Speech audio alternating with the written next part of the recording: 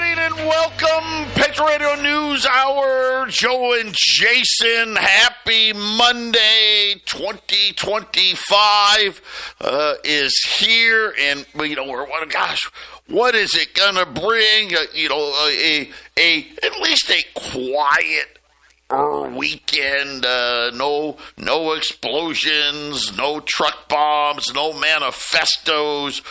But already turmoil in the markets this morning. Word early was that the 10-year note was going to open above 4.7, which would be, I don't know, the highest, and I'm not even sure how long.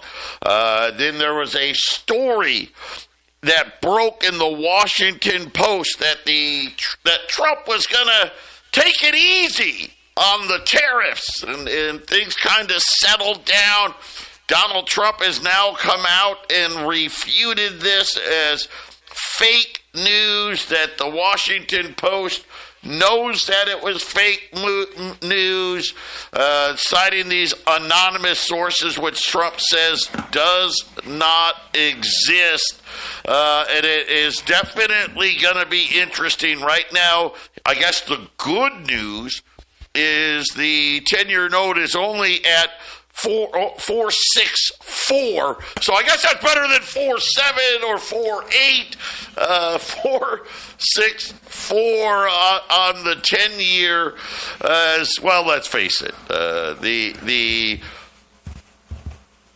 amount of debt is going to simply be overwhelming. By the way, Michael Barr is going to step down at the Fed's head of banking supervision to avoid an issue, to avoid issues with Trump and I guess battling Donald Trump. So I don't know. Did this happen? Did it not happen? Who knows? But it has definitely sent a wrinkle into the markets this morning. In the other news, it looks like Canadian Prime Minister Trudeau is going to be stepping down. We know, remember, this really had to do, all of these, we've got elections in Italy, South Korea, Germany today, really bad inflation data out of Germany, and a lot of worries now about Europe. But remember, Trudeau started battling, right? Because people are like, okay, when the Trump tariffs come in, we've got budget deficit problems. You need to start taking action. You need to get rid or cut out all of these programs. We got to spend less money. And of course, Trudeau, he wanted no part of that. And again, we have all of this battle with debt. I think we're going to see this continue. Get ready to see in a lot of countries, because they don't know what to do. And I get it. What do you do? What are we going to do? I don't know if you saw Elon Musk sending out another warning about how the American public really doesn't get it. And here's the problem. The elected officials refuse to really change anything, right? None of them want to go out and cut any of these programs. They want to all continue to spend ungodly amounts of money. And now this morning is a prime example, right? We just saw, well, why? I mean, we've got bond auctions today. I don't know how, but apparently, Jason, a lot of people knew that there was probably going to be issues in the bottom. Okay, Jason's working on some technical difficulties, so hopefully he'll get them fixed for the next segment. And like I said, the Washington Post story kind of breaks, and Donald Trump then let that story run. Let's face it, he let it run for a while, got everything to calm down. Now he's saying, hey, that is going to be fake news. But what isn't fake news, it looks like Trudeau is going to be stepping down. He hasn't made a final decision, but it appears that he got one of those, what do you want to call it, votes of no confidence. Yeah, that he is accused of political gimmicks versus focusing on what's best for the country. And I guess that's probably a word we're going to start hearing. Gimmicks. We've been loaded with gimmicks. One of the things, the new Treasury Secretary, one of the things he's going to have to deal with are all the gimmicks Janet Yellen was playing with the bond market. So really, again, 2025 not looking a whole lot different than 2024. A lot of turmoil and a lot of uncertainty of what is really going to happen. At the same time, over the weekend, we did have two Fed governors at different conferences and stuff, all saying the same thing about inflation, which wasn't great news, which is, oh yeah, we've got inflation problems, but we're worried about the labor market. So that's kind of their thing. They're saying, hey, we really don't want to fight the inflation, because if we fight the inflation, then we're going to break the economy. So kind of just like Jason and I speculated last week, I think the answer is more spending, more inflation. Patriot Radio News Hour. Come on back if you can. Oh, by the way, I didn't even say it. The biggest gold sale of the year. Of course, it's only 800-951-0592. Joe and Jason. Well, at least me. Jason's working on it. He's working on it. He's got some issues going on, but hopefully we'll get them worked out right now. Okay, so it is now official. Justin Trudeau has resigned there in Canada. Get ready here. Quick look at the markets. The Dow's up 240. The S&P's up 75. The Nasdaq's up 300. The 10-year note, 463 right now. Crude oil higher again, up about 10 cents. Gold has been kind of on this whole Washington Post thing, up, down, now coming back here. Gold right now down $3, 26.37. And silver, we talked silver a lot last week, back above 30 here. So really, again, we said it last week, really liked the action in silver. And silver right now up 50 cents, $30.10 this morning on silver. Get diversified here. Listen, there's a lot that can go wrong, and not enough things that will go right.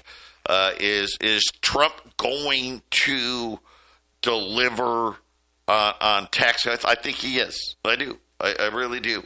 I think he will deliver to some extent with the border. Obviously, tariffs, they're coming. They're coming, and everybody better be ready for it. The war drums continuing to beat very loudly. But the biggest thing is these bond markets. Can they all hold together? Right? And I'm talking Japan. I'm talking South Korea. I'm talking about France, Germany, Canada, the United States, right? The list just goes on, and all of the effects, major gold buying again from all the central banks into the gold markets in October. Get more diversified. What are you guys waiting for? That's the thing. I don't understand when you're sitting here watching where we are. We've been through the boom and bust cycles that the Fed has created. We've been through them. We know the signs. We've gotten them all. almost verbatim down the list. We know that the credit card debt, auto loan debt, right, just debt in general from the consumers, right? Every day more of them fall. Every day more of them get into default. We know what's coming. Get ready. Prepare. You got big IRAs out there. Take part of that and call us, and let's get a gold and silver IRA set up for you. There's no penalties. There's no fees. It doesn't. Here's the best part about it is when you do IRAs, you gotta, we use a company called Gold Star Trust, and everyone uses somebody different. But why do we use Gold Star? There's only one reason. They just charge you less. Seriously. That's it. They charge you less. We're the company that provides all the gold and silver, but to set up the account and pay for 1 year's worth of storage, and I'm going to ballpark it. It's like $500. What is your fees next year? Well, you just pay storage fees, which isn't like, I want to say like $125. It's not 1%. It's not 2%. Right? It's not 0.5% of all of your wealth that you have in there. No, it's just a storage fee. Think about it. If you're putting in $100,000, let's say, something simple, $100,000, and you're telling me you got to pay $125 a year in fees?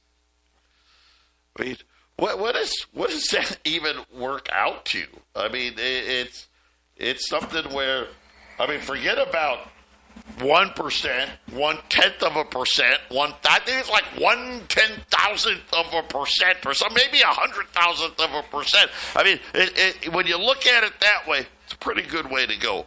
Call us, we can help you. 800-951-0592. Factory orders down, not surprised. 0.4%.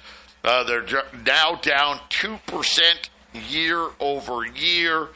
Final durable goods number tumbled 1.2%. By the way, they were only expecting a 0.4% decline. Take out the transportation stuff, still down 0.2%. Durable goods down 6.4% year over year. Holy crap. By the way, that's the second worst number outside of the year when we shut everything down. Outside of COVID, since we shut everything down. So the other problem, the factory guys, Jason, were telling us, oh, by the way, costs are still rising. So we're kind of in, right? We're worrying about this stagflation stuff. We're starting to see more signs. Yeah, the price of goods and services going up, and even though we had all those stories, all those strikes, and getting workers more money, it's not the majority of the jobs out there, is it, Joe, that are getting raises that keep up with inflation. Most jobs are more than happy to fleece the workforce and put lower wage workers in their place and keep the wages down. So stagflation definitely is this. That's the way you can inflate your way out of a mess, right, Joe? Inflation and keep the wages down, and that's how you continue to collapse the standard of living for the average American.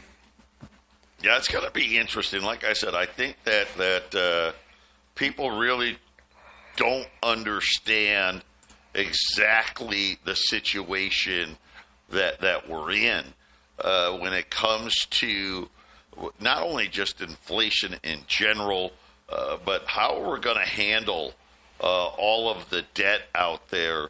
And I liked Elon Musk kind of going after all of these elected officials, right? Because what are they all doing? They're all crapping their pants about having to cut stuff and fire people, saying people got to come to the office every day and do their jobs, and really saying, hey, listen, this is something that it's a simple math problem. right? Social Security, Medicare, Medicaid, right? All of this stuff, we can't afford it. And the interest on the debt is the biggest thing. You look at today, why is it such a big deal that the 10-year note is above 4.6? It's a huge deal. And here's the thing. We're going to see 5. I'm telling you, we're going to see 5. The problem is, does it stop at 5? I don't know that it does. I don't know that it stops there. And this is what gets hard for people to understand. Well, what does that mean? Well, most people were anticipating a 10-year note below 4% this year for 2025. Remember, right? Fed's cutting, right? Blah, blah, blah, blah, blah. Well, now we're talking a 10-year note above 5%. So you're looking at a full point and a quarter, maybe a point and a half difference. Okay? And you're like, well, come on, Joe. Let's say 3.75 to 5.25. That's not that big. Give me a break. Right? That's tiny. That's insignificant. Well, that was in the 1970s. Heck, even in the 1980s. Right? It was insignificant. You could argue insignificant in the 90s. Can't argue that now. Just that change. You're talking about adding another. Notice how I said another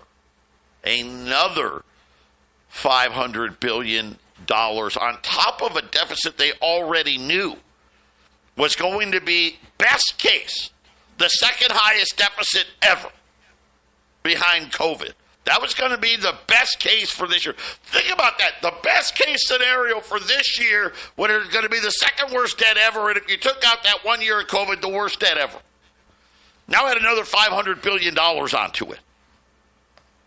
And Jason, this is the big problem. And this is something where, again, I think the answer is very simple.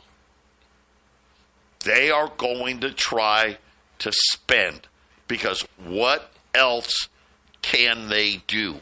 Honestly, look at the Fed governors this weekend. Oh, yeah, inflation's not where we need it to be, but, yeah, we're not going to do anything about it. That was kind of their answer this weekend. We're not going to do anything about it. Why are they not going to do anything about it? Well, we think we're going to wreck the economy if we do. So I don't understand how people don't understand what's going to happen. They really don't get what's going to happen and how expensive things are really going to be. And if they don't, I guess, fill a few holes in, right, Joe, and find some brilliant way to kick the can down the road, then, very, very expensive. I can't stress enough the amount of printing that was done in 2020 was as bad as the printing they did in 2009, 2010 for the housing crash. The housing crash, you remember a couple of years ago we got the FOIA request, and it wasn't $5.5 trillion. They printed $29 trillion, and gold prices came down. And after 2011, silver and gold was spiking. Well, because those that knew what was going on saw that, okay, hey, we're going to get into gold and silver because the amount of money they're printing is going to run things out of control. Little did they know how much it actually was. But see, that money was printed and it saved governments. They just filled holes with stuffed cash everywhere. Banks, all these big institutions were being saved, and the money didn't go anywhere.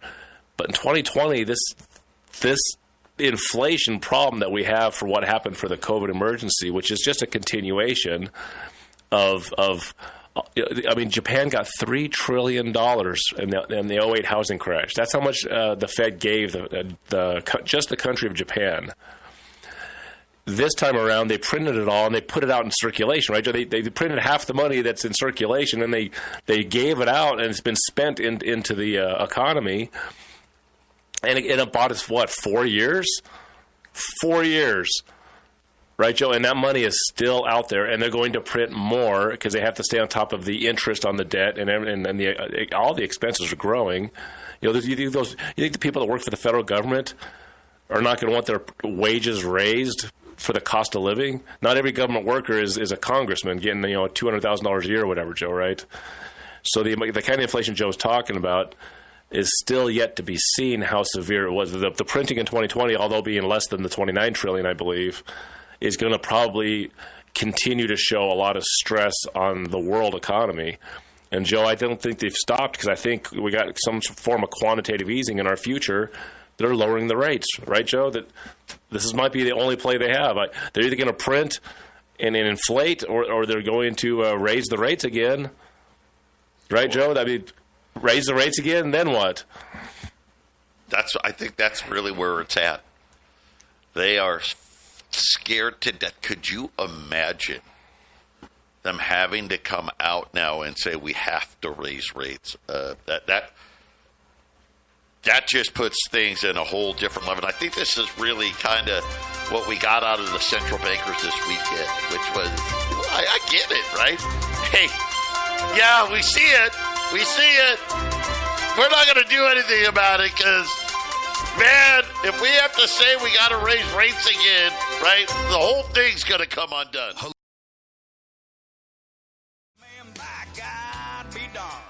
800-951-0592. Gold's getting ready to go into positive territory now, 26.40.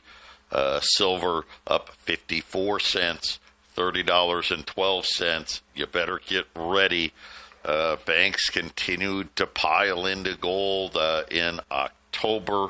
Going to be another one of those near records in known. Got to remember, that's just the ones that they admit to. They don't have to tell.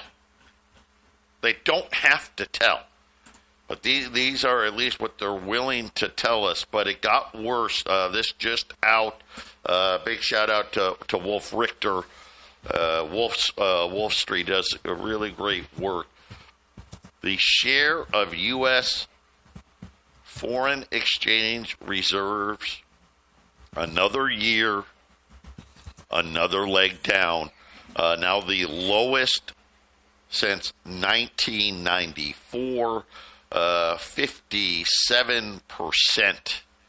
To give you an idea, 10 years ago, 2015 to 2025,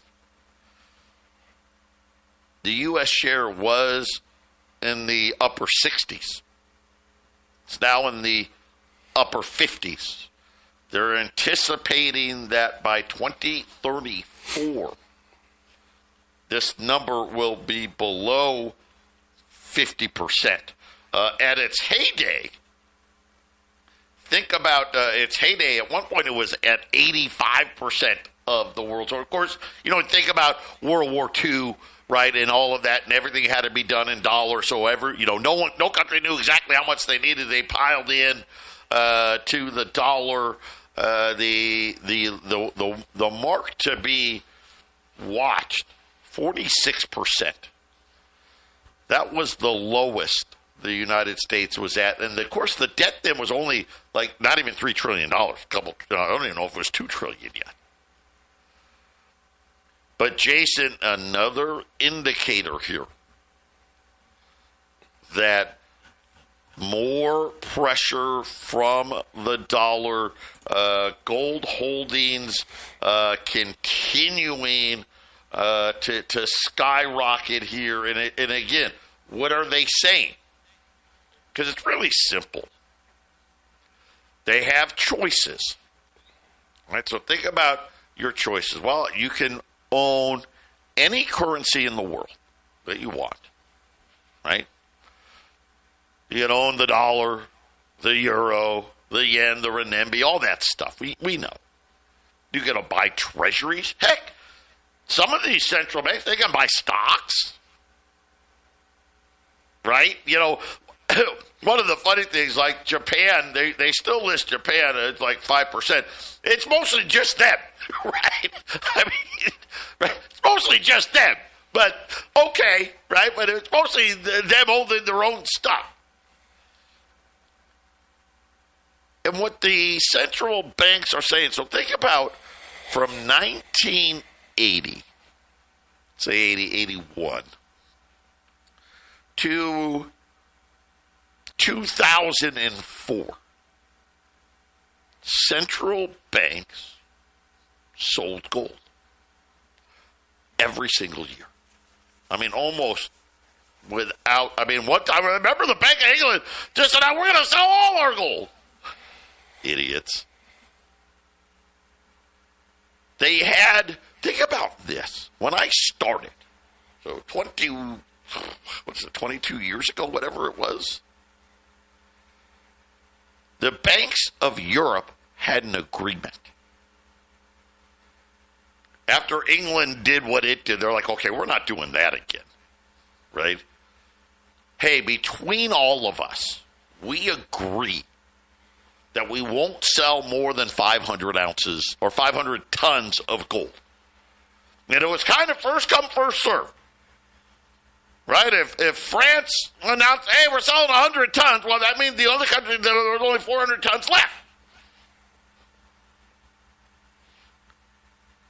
Do you know, since 2004, essentially, none of them have sold any gold? They sold a little bit. Some of them sell some gold so they can mint their gold coins. But other than that, they're not selling. But they had to put a rule in place to say, hey, we only can sell this much because they were so worried that somebody was going to drop the price even more.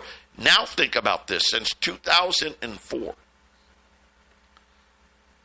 every year, central banks are buying gold. Look at Poland, by the way. They bought 21 metric tons last month. Poland. Right? There's so many of them. Jordan. Yep, the Middle East. These guys, that's probably where we get these. They're very much like China. They don't want you to know, right? The Saudis didn't want you to know they doubled their gold reserves, right? Because they don't want to make it known. But understand the choice that they're telling you to make. Hey, I'm going to say this right now. Who do you think? I know nothing compared to what these banks know. These guys are in the meetings. Right, Jason? They're in the meetings. They know. Then why are they picking gold and not picking the debt instruments? See, here's the funny thing. Guess what the central banks did? They actually learned their lessons from the financial crisis. All the boom and bust, it's the same thing. They're like, wait a minute. I'm going to do what Joe said. I'm getting diversified here. I'm getting more diversified than I've ever been. We have countries that have literally never bought gold. Ghana, buying gold. And saying, hey, you know what? We got to create a gold reserve. We got to build a reserve. Jason, they're getting ready for the next chapter here because I think I know. They already know. We're assuming. We're making educated guesses on what we think is going to happen.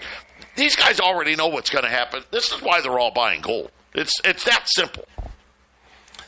Yeah, the countries that weren't buying before, they didn't just invent it all by themselves, that we should just get into it. I'm sure they're being nudged pretty heavily by other banks and other nations saying, you know what, there's a reason we're all heading this way. You may not want to be the one that doesn't have this when things change rapidly. And it does seem like each GDP of each country, Joe, they seem to be acquiring gold kind of at the level of their GDP, right? Doesn't it seem like, the biggest ones like China are acquiring the most? Russia's a pretty big country. They're acquiring quite a bit.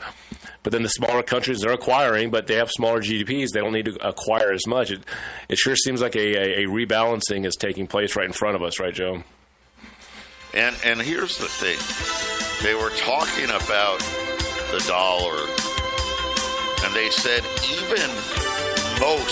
was what they said, most of the G20 countries. Interesting. All lightening the loads on dollars. We'll be back after the break with a huge gold special coming up next. 800-951-0592. Really quickly before we get to this incredible deal. According to the IMF, and this is 2 years old, well, almost 3, it's 2025 now, so they called it 46 active diversifiers amongst central banks. And what they determined is this was central banks pouring into what they called non-traditional reserve currencies. Non-traditional reserve currencies. Of course, what are we talking about? Right? We know. We know exactly what it is. But they also said that it included the central banks in most of the G20 economies, and they said that what they called active diversifier, for you to be defined as that, you had to have at least 5% of your foreign exchange reserves in these, quote, non-reserve currencies. And Jason, what I've been seeing over the last couple of years, why do I get the feeling that the 46 active diversifiers, why do I get the feeling that number's gotten a whole lot bigger now? And essentially, when you really think about, okay, you know, where are we going to be at? 70, 80? Half of the world's central banks are now holding at least 5% in gold and other non-traditional currencies, as they like to call it. It really is mind-blowing how quickly this is happening. And we're going to see the dollar, I think we're going to see the dollar take out the all-time low as far as reserves go. And the problem this time is we really can't afford it with the amount of debt that we have. That's a very likely scenario. I mean,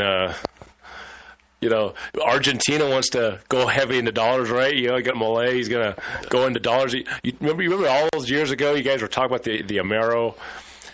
Right. One of the ways I think they're going to try to keep more dollars floating is to get these Central and South American countries to, hey, you're failing. Hey, Venezuela, maybe they'll get invaded. They'll take out Maduro, and you probably should go at dollars. That'll stabilize everything for you, which, of course, with their crappy currencies, that would do it. And we may have a West Hemisphere or Eastern Hemisphere sort of BRICS versus the dollar situation. I mean, that's what they're trying to put together. But the dollar, as any Ponzi scheme, Joe, they need more dollars to keep it working. And if we have lowest levels of dollars, that's not going to sustain it, is it, Joe? So print, baby, print. That's what's going to happen. Print, baby, print. That again, that's the plan. I'm really convinced that is the short-term plan. They're going to print. That's why you have to get your gold. Gold, just like I said, gold's higher now, $26.41. Today's special, I only have 50, and I waited to the end here because I want everybody to get an opportunity. I've got 50 20s, $2,650. That is $9 over spot. Right now, spot is $26.41. You know what? I just hit the refresh. $26.40.90. So $9.10 over spot for a $20 gold piece. But here's the catch. There's only 50 of them. It's first come, first serve.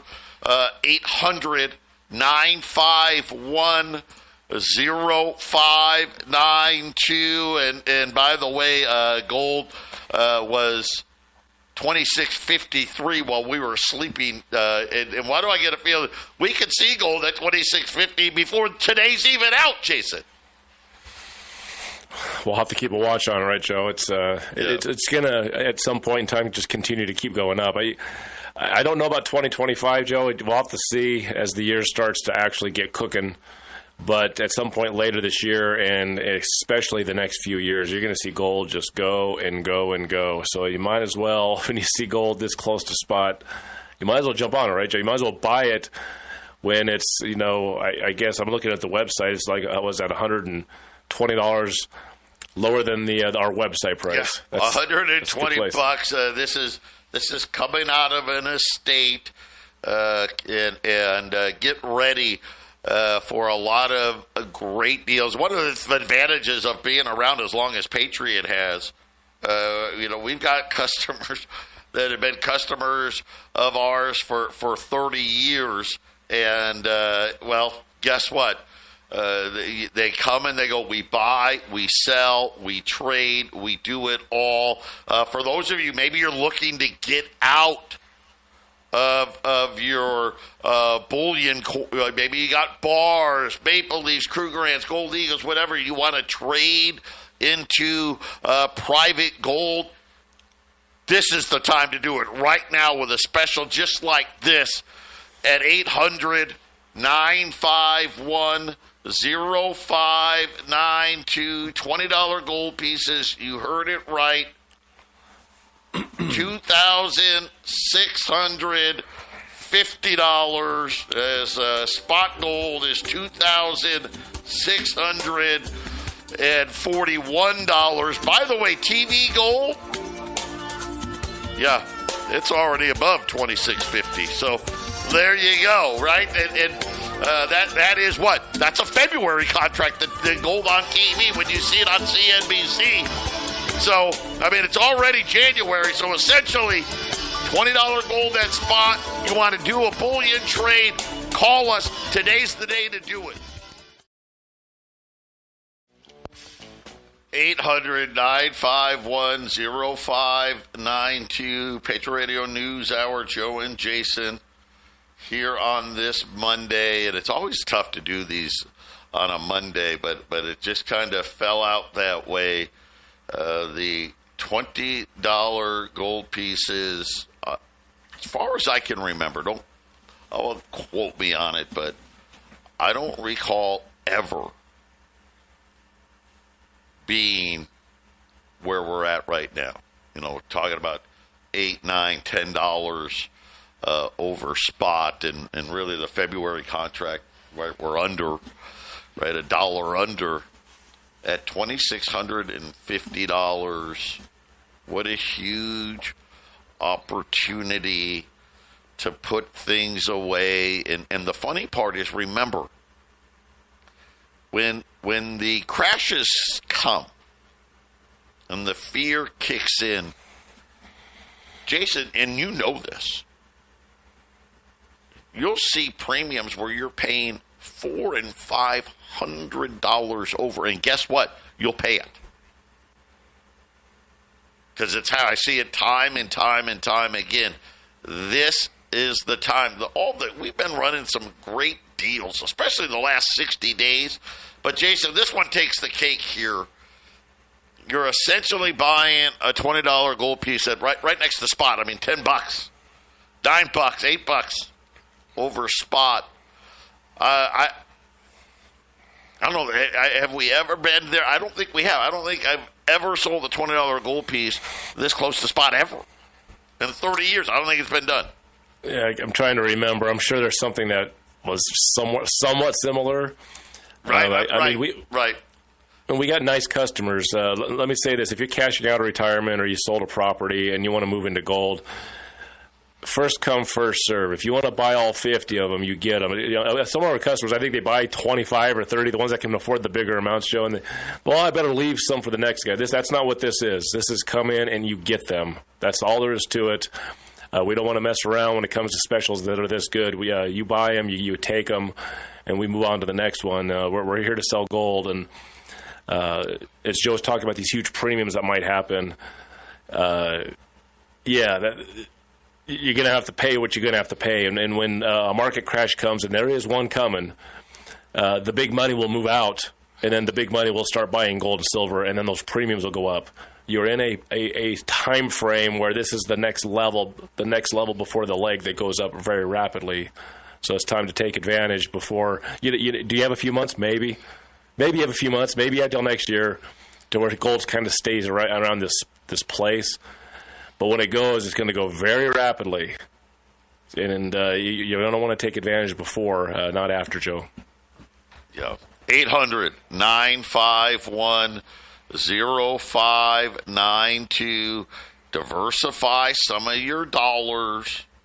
Do what the central banks are doing. You know, that's the one thing I'll say. You can't go wrong. If this is what the central banks are doing, you get a pretty good indication that, that's probably going to be a really good place for me to store some of my dollars. And the best part is they're liquid with a phone call. All right, here you go. Lines are lining up. 800-951-0592. Patriot Radio News Hour. I know, it's Monday. You're like, why? Don't hit me with a special on a Monday. I know, but it is. Hey, when they come up, you take advantage when the deal's there, right? You take advantage of it. Jason and I, we're coming right back with our version of the half empty